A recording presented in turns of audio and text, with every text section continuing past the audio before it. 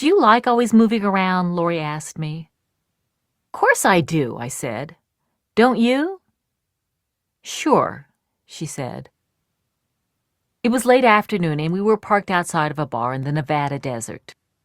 It was called the Bar None Bar. I was 4 and Lori was 7. We were on our way to Las Vegas. Dad decided it would be easier, as he put it, to accumulate the capital necessary to finance the prospector if he hit the casinos for a while. We'd been driving for hours when he saw the Bar None Bar, pulled over the green caboose. The Blue Goose had died, and now we had another car, a station wagon Dad had named the Green Caboose, and announced he was going inside for a quick nip. Mom put on some red lipstick and joined him, even though she didn't drink anything stronger than tea. They had been inside for hours. The sun hung high in the sky, and there was not the slightest hint of a breeze. Nothing moved except some buzzards on the side of the road, pecking over an unrecognizable carcass. Brian was reading a dog-eared comic book. How many places have we lived? I asked Lori. That depends on what you mean by lived, she said. If you spend one night in some town, did you live there? What about 2 nights? Or a whole week? I thought. If you unpack all your things, I said. We counted 11 places we had lived. Then we lost track. We couldn't remember the names of some of the towns or what the houses we had lived in looked like. Mostly, I remember the inside of cars. What do you think would happen if we weren't always moving around? I asked. We'd get caught, Lori said. When Mom and Dad came out of the Bar None Bar, they brought us each a long piece of beef jerky and a candy bar. I ate the jerky first, and by the time I unwrapped my Mounds bar, it had melted into a brown, gooey mess, so I decided to save it until night, when the desert cold would harden it up again. By then, we had passed through the small town beyond the Bar None Bar. Dad was driving and smoking with one hand and holding a brown bottle of beer with the other. Lori was in the front seat between him and Mom, and Brian, who was in back with me, was trying to trade me half of his 3 Musketeers for half of my Mounds. Just then, we took a sharp turn over some railroad tracks. The door flew open, and I tumbled out of the car. I rolled several yards along the embankment, and when I came to a stop, I was too shocked to cry, with my breath knocked out and grit and pebbles in my eyes and mouth. I lifted my head in time to watch the green caboose get smaller and smaller, and then disappear around a bend. Blood was running down my forehead and flowing out of my nose. My knees and elbows were scraped raw and covered with sand. I was still holding the Mounds bar, but I had smashed it during the fall, tearing the wrapper and squeezing out the white coconut filling, which was also covered with grit. Once I got my breath back, I crawled along the railroad embankment to the road and sat down to wait for Mom and Dad to come back. My whole body felt sore. The sun was small and white and broiling hot. A wind had come up and was roiling the dust along the roadside. I waited for what seemed like a long time before I decided it was possible Mom and Dad might not come back for me. They might not notice I was missing. They might decide it wasn't worth the drive back to retrieve me.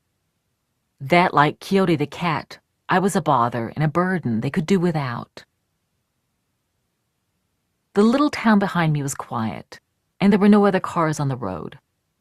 I started crying, but that only made me feel more sore.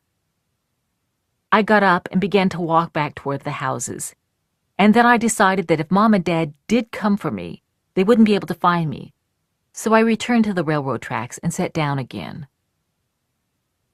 I was scraping the dried blood off my legs when I looked up and saw the green caboose come back around the bend.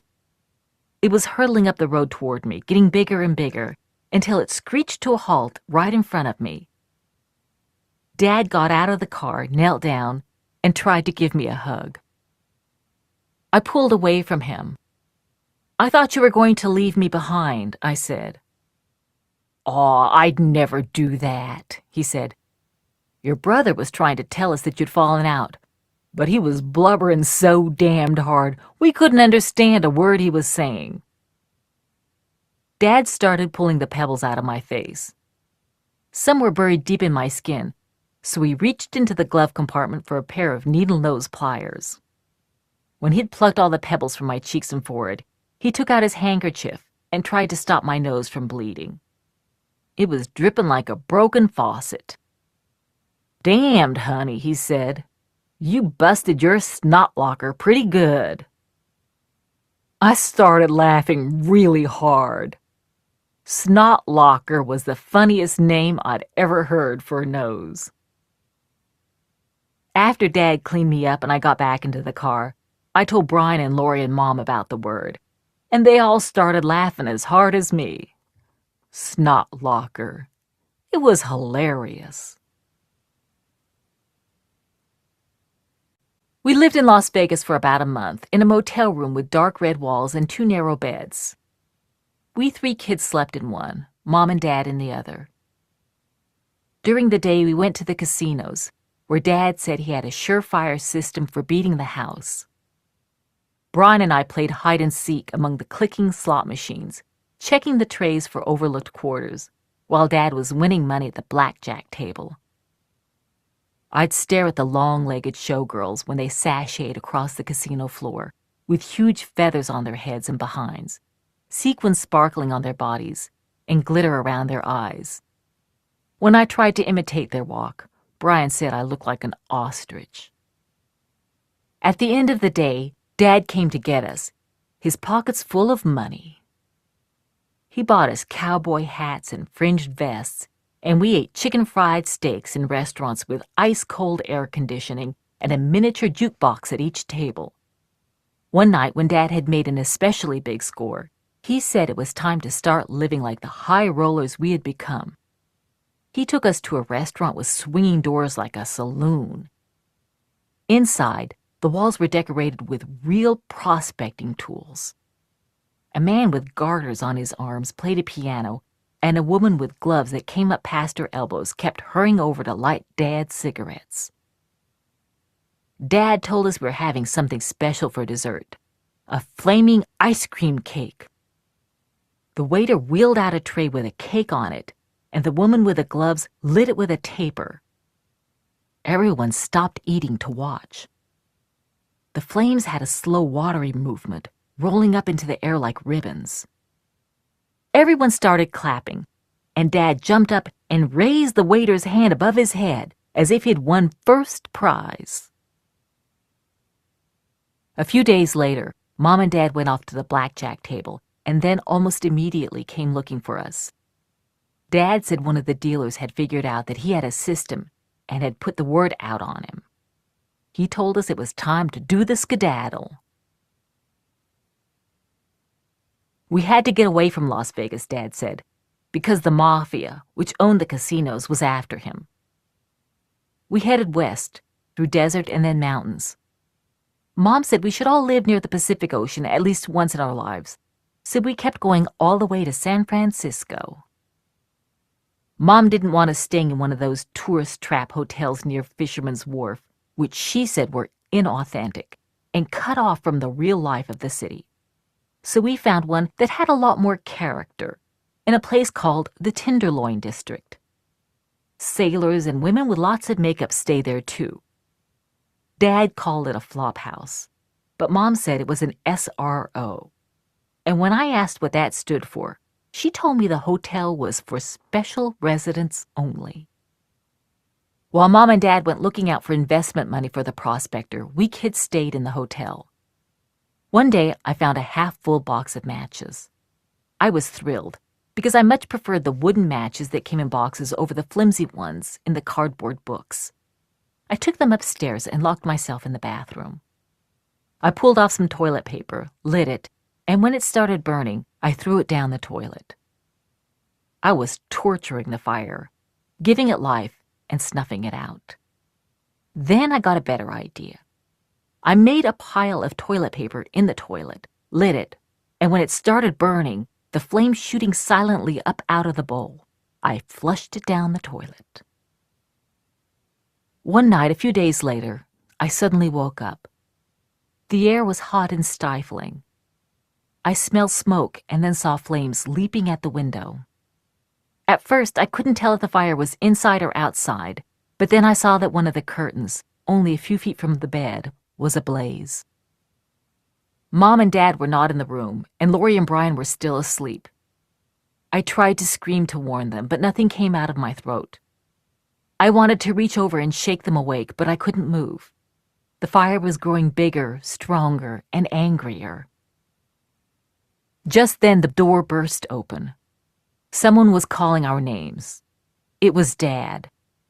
Lori and Brian woke up and ran to him, coughing from the smoke. I still couldn't move. I watched the fire, expecting that any moment my blanket would burst into flames. Dad wrapped the blanket around me and picked me up, then ran down the stairs, leading Lori and Brian with one arm and holding me in the other. Dad took us kids across the street to a bar, then went back to help fight the fire. A waitress with red fingernails and blue-black hair asked if we wanted a Coca-Cola, or heck, even a beer, because we'd been through a lot that night. Brian and Lori said yes, please, to Cokes. I asked if I might please have a Shirley Temple, which was what Dad bought me whenever he took me to a bar. For some reason, the waitress laughed. The people at the bar kept making jokes about women running naked out of the burning hotel.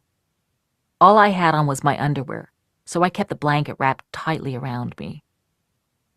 After I drank my Shirley Temple, I tried to go back across the street to watch the fire, but the waitress kept me at the bar, so I climbed up on a stool and watched through the window. The fire trucks had arrived. There were flashing lights and men in black rubber coats holding canvas hoses with big jets of water coming out of them. I wondered if the fire had been out to get me. I wondered if all fire was related, like Dad said all humans were related. If the fire that had burned me that day while I cooked hot dogs was somehow connected to the fire I'd flushed down the toilet and the fire burning at the hotel. I didn't have the answers to those questions, but what I did know was that I lived in a world that at any moment could erupt into fire. It was the sort of knowledge that kept you on your toes. After the hotel burned down, we lived for a few days on the beach. When we put down the back seat of the green caboose, there was room for everyone to sleep, though sometimes someone's feet would be sticking in my face. One night a policeman tapped on our window and said we had to leave. It was illegal to sleep on the beach. He was nice and kept calling us folks, and even drew us a map to a place where we could sleep without getting arrested. But after he left, Dad called him the goddamn Gestapo and said that people like that got their jollies pushing people like us around. Dad was fed up with civilization. He and Mom decided we should move back to the desert and resume our hunt for gold without our stardom money. "These cities'll kill you," he said. After we pulled up stakes in San Francisco, we headed for the Mojave Desert. Near the Eagle Mountains, Mom made Dad stop the car. She'd seen a tree on the side of the road that caught her fancy. It wasn't just any tree. It was an ancient Joshua tree. It stood in the crease of land where the desert ended and the mountain began, forming a wind tunnel. From the time the Joshua tree was a tiny sapling, it had been so beaten down by the whipping wind that, rather than trying to grow skyward, it had grown in the direction that the wind pushed it. It existed now in a permanent state of wind-blownness, leaning over so far that it seemed ready to topple, although, in fact, its roots held it firmly in place. I thought the Joshua tree was ugly. It looked scraggly and freakish, permanently stuck in that twisted, tortured position.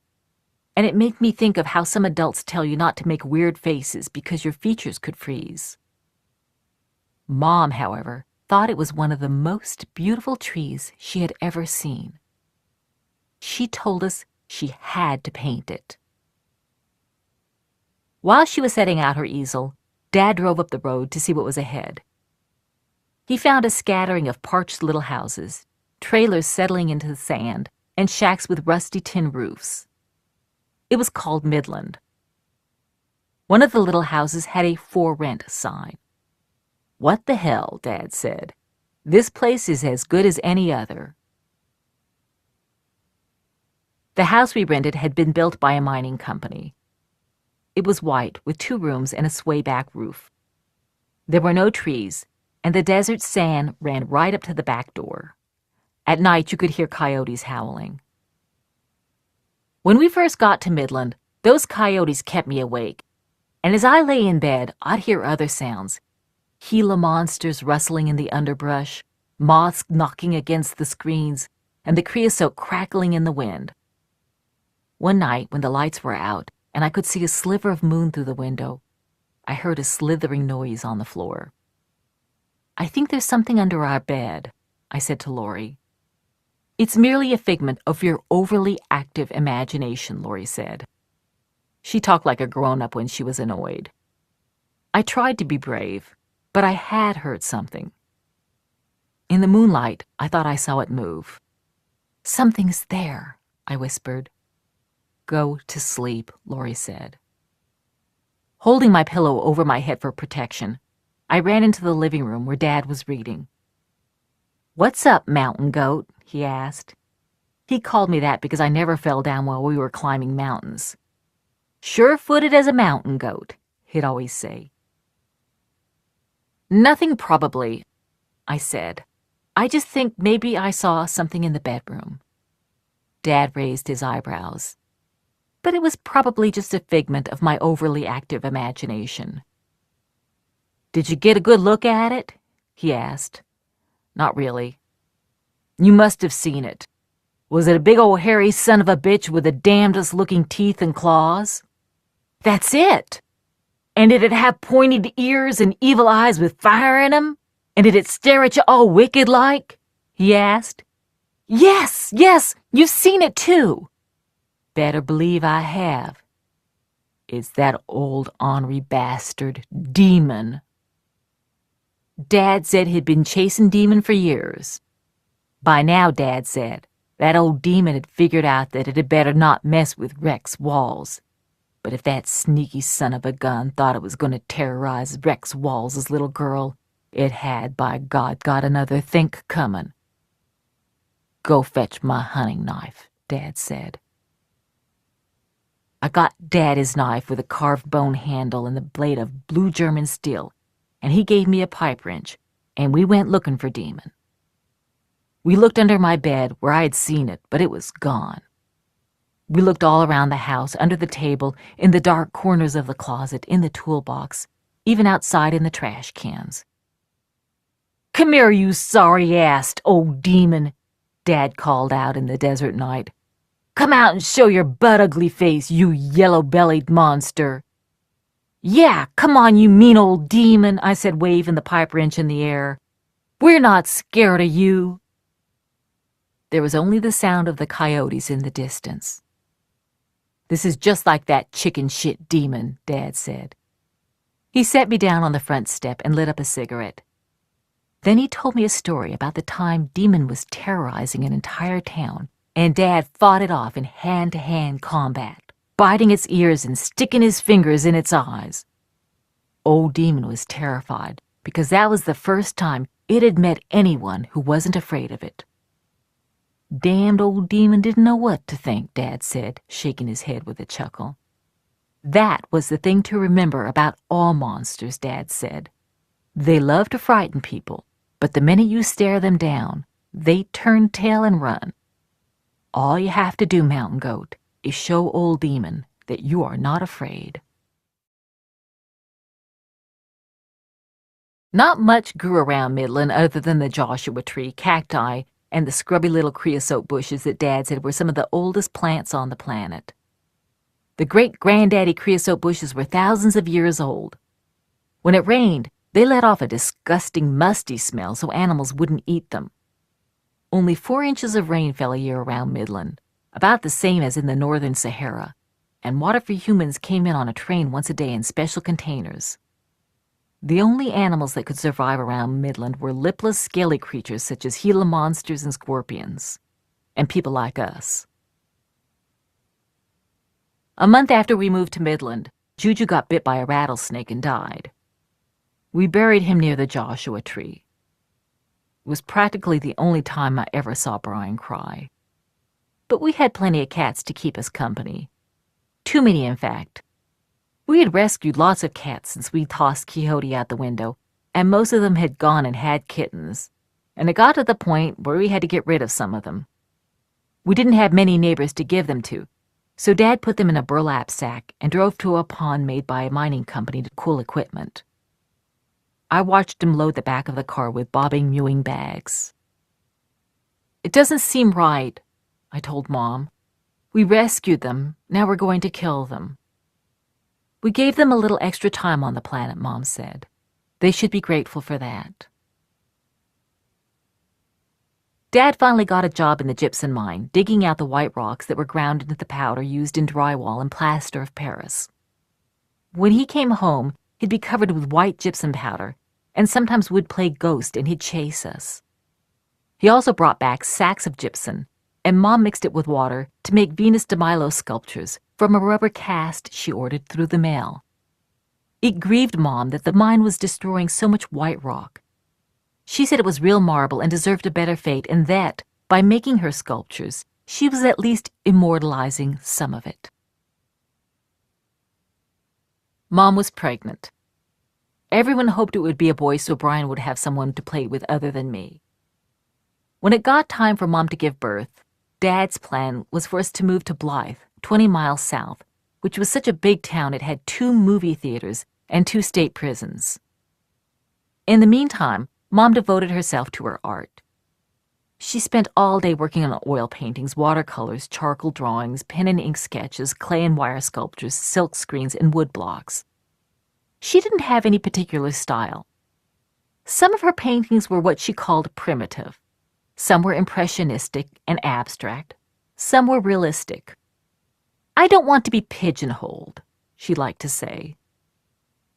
Mom was also a writer and was always typing away on novels, short stories, plays, poetry, fables, and children's books, which she illustrated herself. Mom's writing was very creative. So was her spelling. She needed a proofreader, and when Lori was just 7 years old, she would go over Mom's manuscripts, checking for errors. While we were in Midland, Mom painted dozens of variations and studies of the Joshua tree. We'd go with her and she'd give us art lessons. One time I saw a tiny Joshua tree sapling growing not too far from the old tree. I wanted to dig it up and replant it near our house.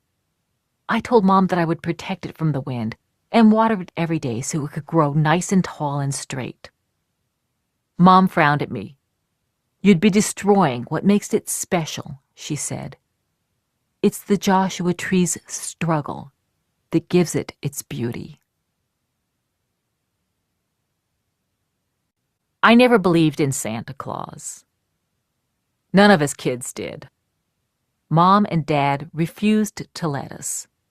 They couldn't afford expensive presents, and they didn't want us to think that we weren't as good as other kids who, on Christmas morning, found all sorts of fancy toys under the tree that were supposedly left by Santa Claus.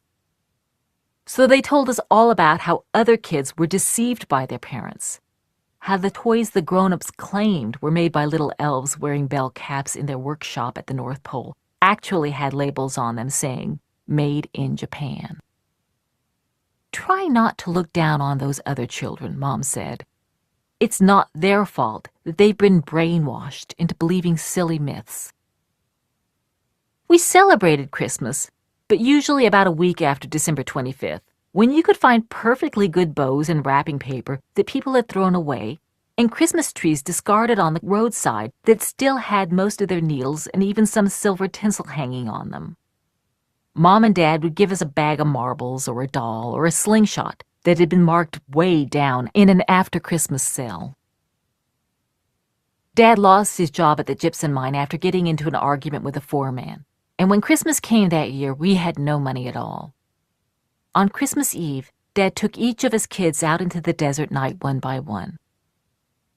I had a blanket wrapped around me, and when it was my turn, I offered to share it with Dad, but he said no thanks. The cold never bothered him. I was 5 that year, and I sat next to Dad and we looked up at the sky. Dad loved to talk about the stars. He explained to us how they rotated through the night as the Earth turned. He taught us to identify the constellations and how to navigate by the North Star. Those shining stars, he liked to point out, were one of the special treats for people like us who lived in the wilderness. Rich city folks, he'd say, lived in fancy apartments, but their air was so polluted they couldn't even see the stars.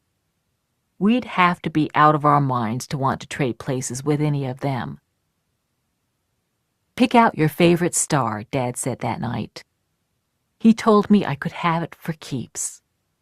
He said it was my Christmas present. You can't give me a star, I said. No one owns the stars.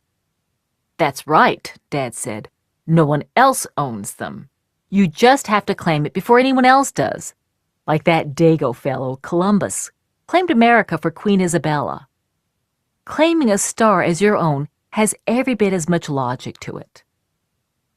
I thought about it and realized Dad was right. He was always figuring out things like that. I could have any star I wanted, Dad said, except Betelgeuse and Rigel because Lori and Brian had already laid claim to them. I looked up at the stars and tried to figure out which was the best one. You could see hundreds, maybe thousands or even millions, twinkling in the clear desert sky. The longer you looked, and the more your eyes adjusted to the dark, the more stars you'd see, layer after layer of them gradually becoming visible. There was one in particular, in the west above the mountains but low in the sky, that shone more brightly than all the rest. I want that one, I said. Dad grinned. That's Venus, he said. Venus was only a planet, he went on, and pretty dinky compared to real stars. She looked bigger and brighter because she was much closer than the stars. Poor old Venus didn't even make her own light, Dad said.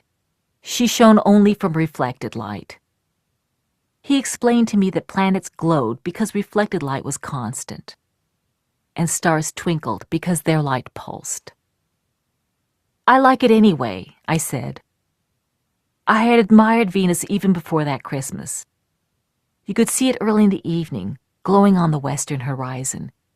And if you got up early, you could still see it in the morning after all the stars had disappeared. What the hell, Dad said. It's Christmas. You can have a planet if you want. And he gave me Venus. That evening over Christmas dinner, we all discussed outer space.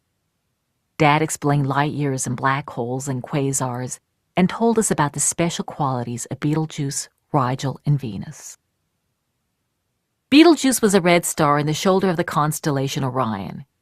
It was one of the largest stars you could see in the sky, hundreds of times bigger than the sun. It had burned brightly for millions of years and would soon become a supernova and burn out. I got upset that Lori had chosen a clunker of a star, but Dad explained that soon meant hundreds of thousands of years when you were talking about the stars. Rigel was a blue star, smaller than Betelgeuse, Dad said, but even brighter.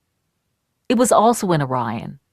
It was his left foot, which seemed appropriate because Brian was an extra fast runner. Venus didn't have any moons or satellites or even a magnetic field, but it did have an atmosphere sort of similar to Earth, except it was super hot, about 500 degrees or more. So, Dad said, when the sun starts to burn out and Earth turns cold, everyone here might want to move to Venus to get warm. And they'll have to get permission from your descendants first. We laughed about all the kids who believed in the Santa Claus myth and got nothing for Christmas but a bunch of cheap plastic toys. Years from now, when all the junk they got is broken and long forgotten, Dad said, you'll still have your stars. At twilight, once the sun had slid behind the Palin Mountains, the bats came out and swirled through the sky above the shacks of Midland. The old lady who lived next door warned us away from the bats. She called them flying rats and said one got caught in her hair once and went crazy, clawing at her scalp. But I loved those ugly little bats, the way they darted past, their wings in a furious blur. Dad explained how they had sonar detectors kind of like the ones in nuclear submarines. Brian and I would throw pebbles, hoping the bats would think they were bugs and eat them, and the weight of the pebbles would pull them down and we could keep them as pets, tying a long string to their claws so they could still fly around. I wanted to train one to hang upside down from my finger, but those darn bats were too clever to fall for our trick. The bats were out swooping and screeching when we left Midland for Blythe. Earlier that day, Mom had told us that the baby had decided it was big enough to come out soon and join the family. Once we were on the road, Dad and Mom got into a big fight over how many months she'd been pregnant. Mom said she was 10 months pregnant. Dad, who had fixed someone's transmission earlier that day and had used the money to buy a bottle of tequila, said she'd probably lost track somewhere.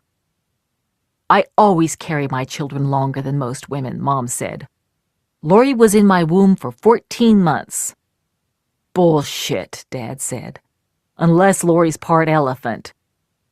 Don't you make fun of me or my children, Mom yelled. Some babies are premature. Mine were all post-mature. That's why they were so smart. Their brains had longer to develop.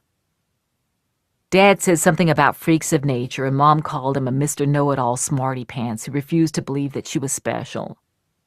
Dad said something about Jesus H. Christ on a goddamn crutch not taking that much time to gestate. Mom got upset at Dad's blasphemy, reached her foot over to the driver's side, and stomped on the brake. It was the middle of the night, and Mom bolted out of the car and ran into the darkness. You crazy bitch, Dad hollered. Get your goddamn ass back in this car.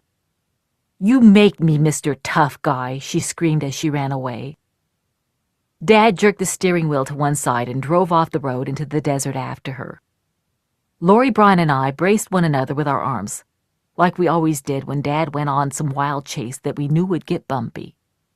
Dad stuck his head out the window as he drove, hollering at Mom, calling her a stupid whore and a stinking cunt, and ordering her to get back into the car. Mom refused.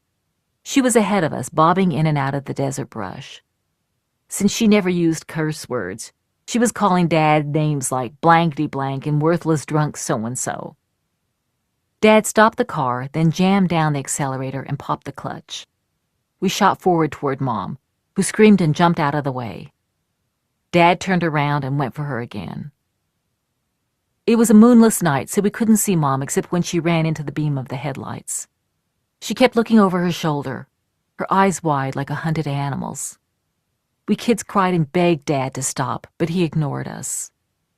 I was even more worried about the baby inside Mom's swollen belly than I was about her.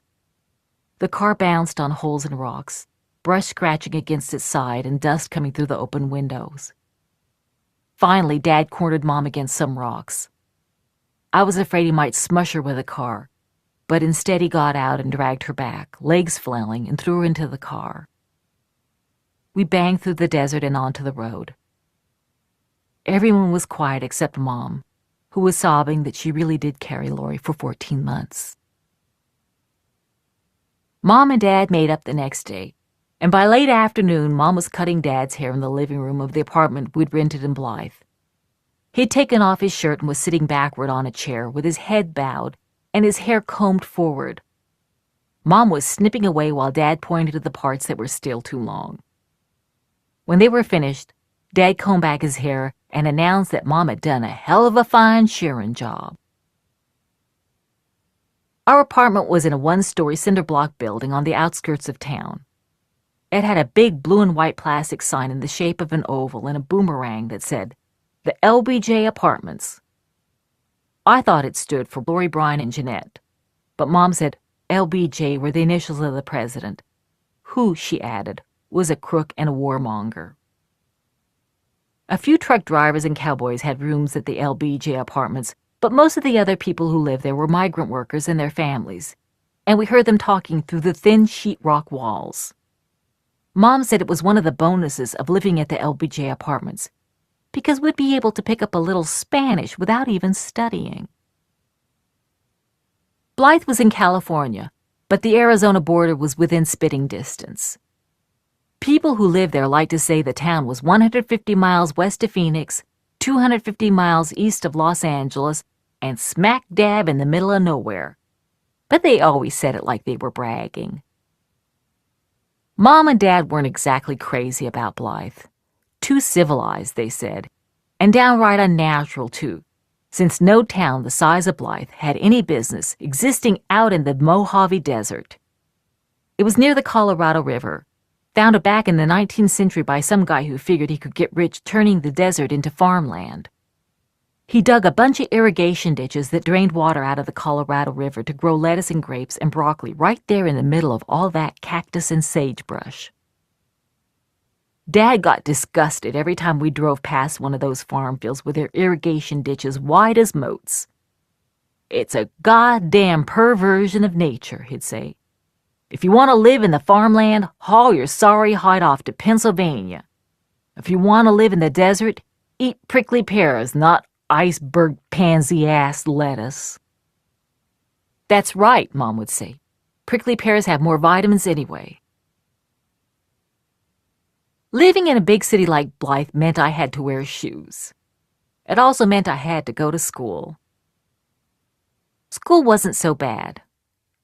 I was in the first grade and my teacher, Miss Cook, always chose me to read aloud when the principal came into the classroom.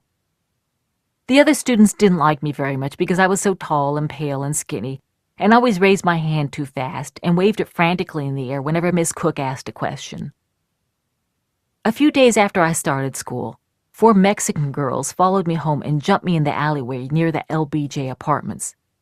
They beat me up pretty bad, pulling my hair and tearing my clothes and calling me a teacher's pet and a matchstick. I came home that night with scraped knees and elbows and a busted lip. "Looks to me like you got in a fight," Dad said.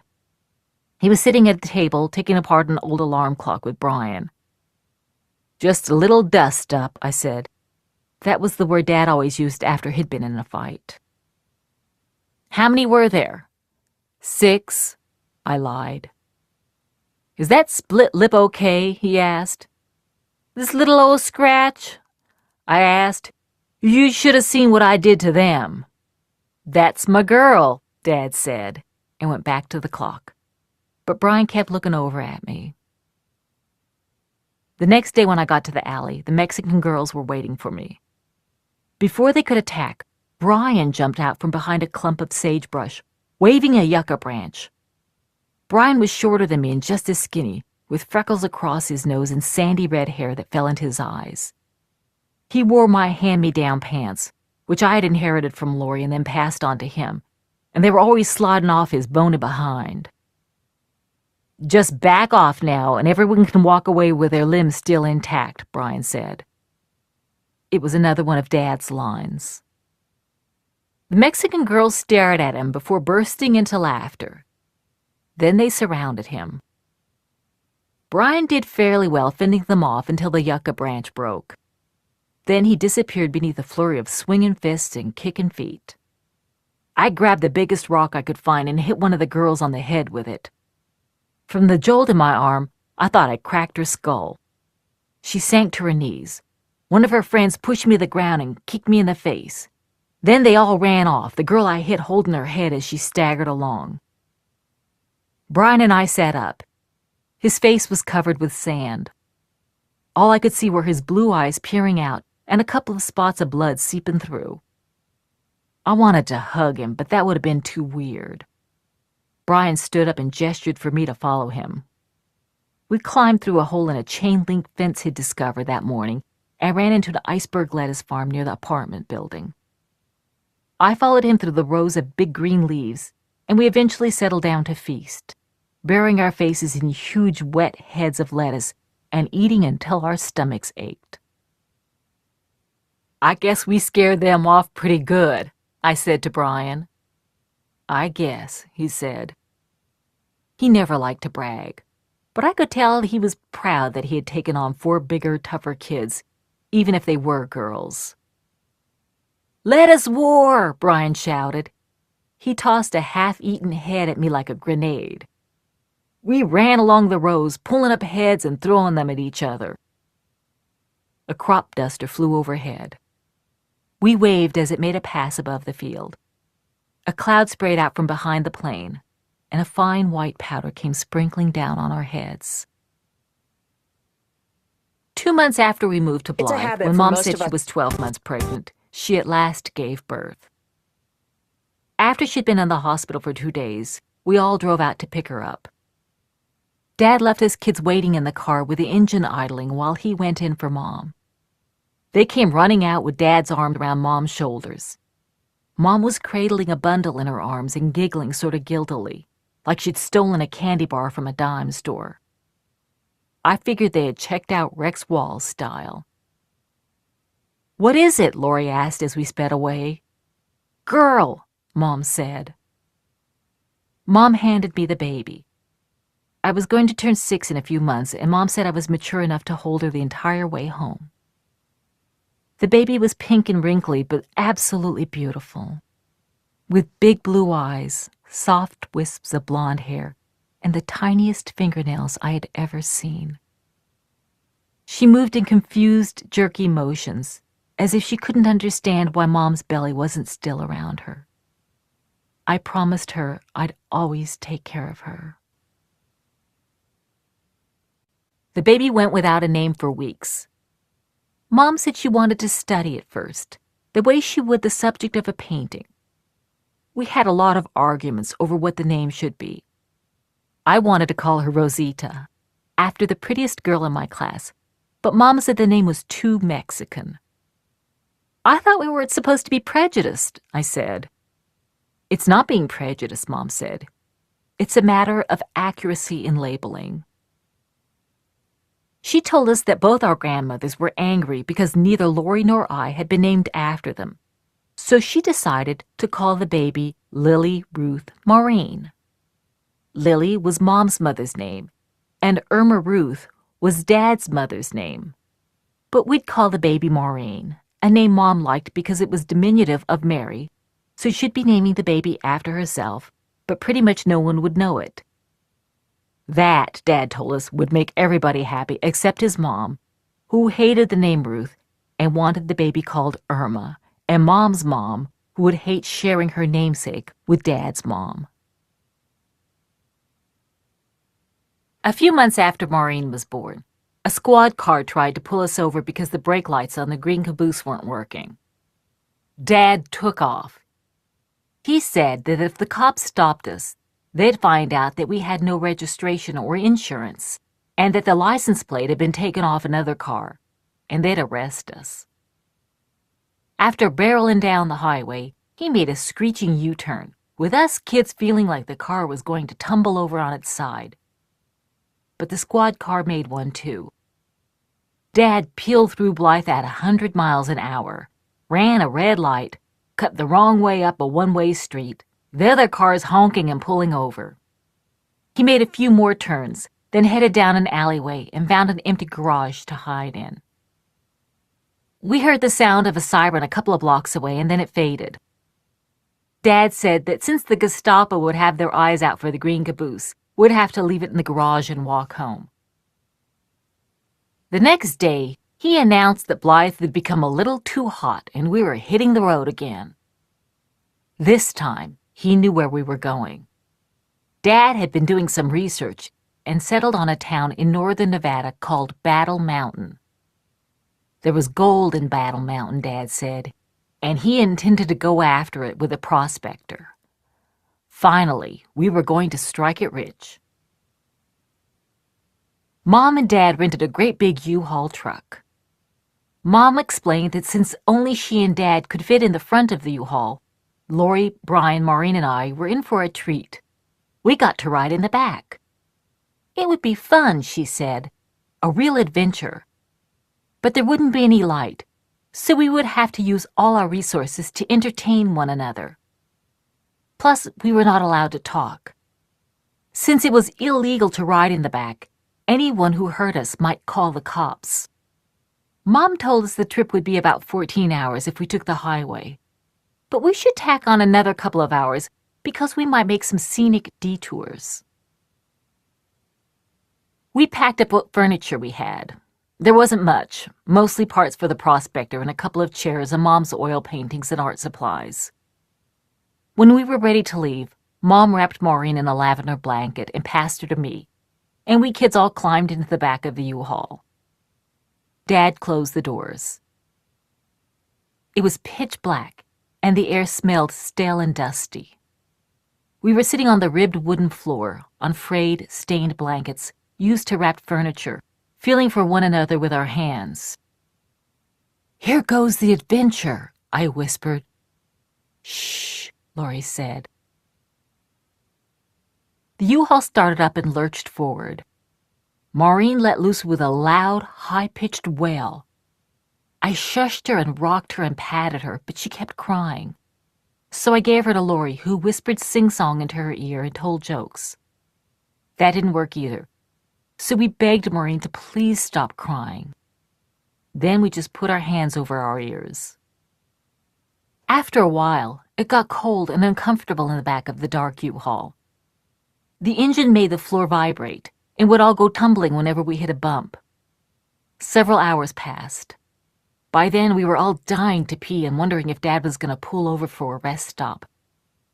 Suddenly, with a bang, we hit a huge pothole, and the back doors on the U-Haul flew open. The wind shrieked through the compartment. We were afraid we were going to get sucked out, and we all shrank back against the prospector. The moon was out.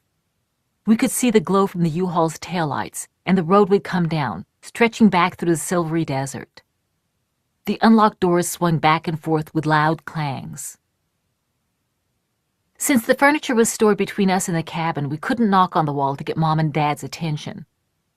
We banged on the sides of the U-Haul and hollered as loud as we could, but the engine was too noisy and they didn't hear us. Brian crawled to the back of the van. When one of the doors swung in, he grabbed at it, but it flew open again, jerking him forward. I thought the door was going to drag Brian out, but he jumped back just in time and scrambled along the wooden floor toward Laurie and me. Brian and Laurie held tight to the prospector, which Dad had tied securely with ropes. I was holding Maureen, who for some strange reason had stopped crying. I wedged myself into a corner. It seemed like we'd have to ride it out. Then a pair of headlights appeared way in the distance behind us. We watched as the car slowly caught up with the U-Haul. After a few minutes, it pulled up right behind us, and its headlights caught us there in the back of the cab. The car started honking and flashing its brights. Then it pulled up and passed us. The driver must have signaled Mom and Dad, because the U-Haul slowed to a stop, and Dad came running back with a flashlight. "What the hell is going on?" he asked. He was furious. We tried to explain that it wasn't our fault the doors blew open, but he was still angry. I knew that he was scared too, maybe even more scared than angry. "Was that a cop?" Brian asked. "No," Dad said, "and you're sure as hell lucky it wasn't, or he'd be hauling your asses off to jail." After